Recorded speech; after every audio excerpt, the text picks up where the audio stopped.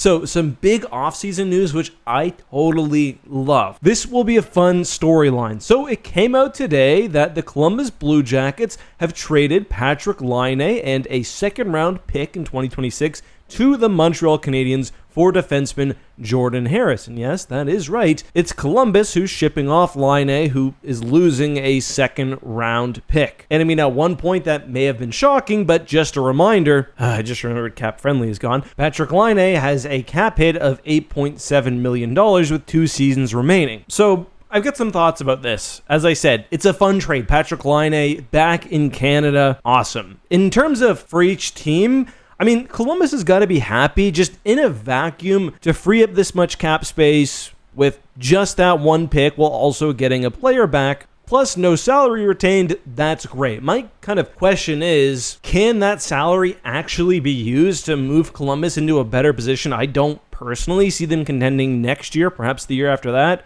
I guess we'll see. They've got a young team. They've got probably a bottom 6 D-man they can throw in.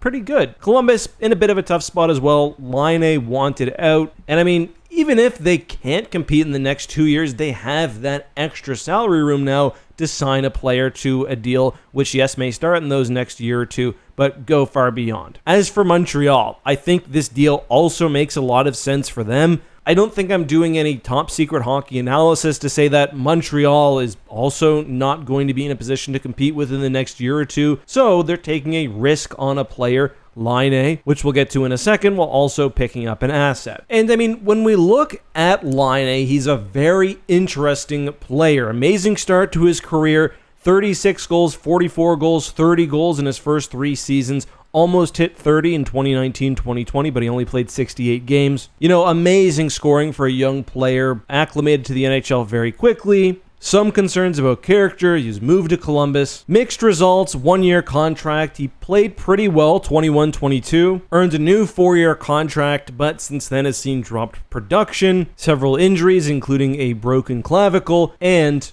a stint with the NHLPA Player Assistance Program, which meant he played in only 18 games last year with just 9 points. Still, 26 is young. This is a player who's proven that he can score at the NHL level, and maybe a change of scenery could actually be really good for him. He's taking on a bit of a different role on this Canadiens team as well. Even though he's only 26, he'll be one of the older players. And I don't know, I just think expectations for him also could be different, which could lead to his success. But I don't know. Let me know what you think down below. But to me, this deal and this risk does make sense for Montreal, considering the fact that, again, they're not really going to be hitting the cap anyway. They're not losing any valuable roster spots to the degree that it could cost them, you know, a Stanley Cup final, but there's upside, and maybe if the organization and Laine work out nicely, then he can re-sign in a couple of years' time. Just my thoughts, though, again, yours below.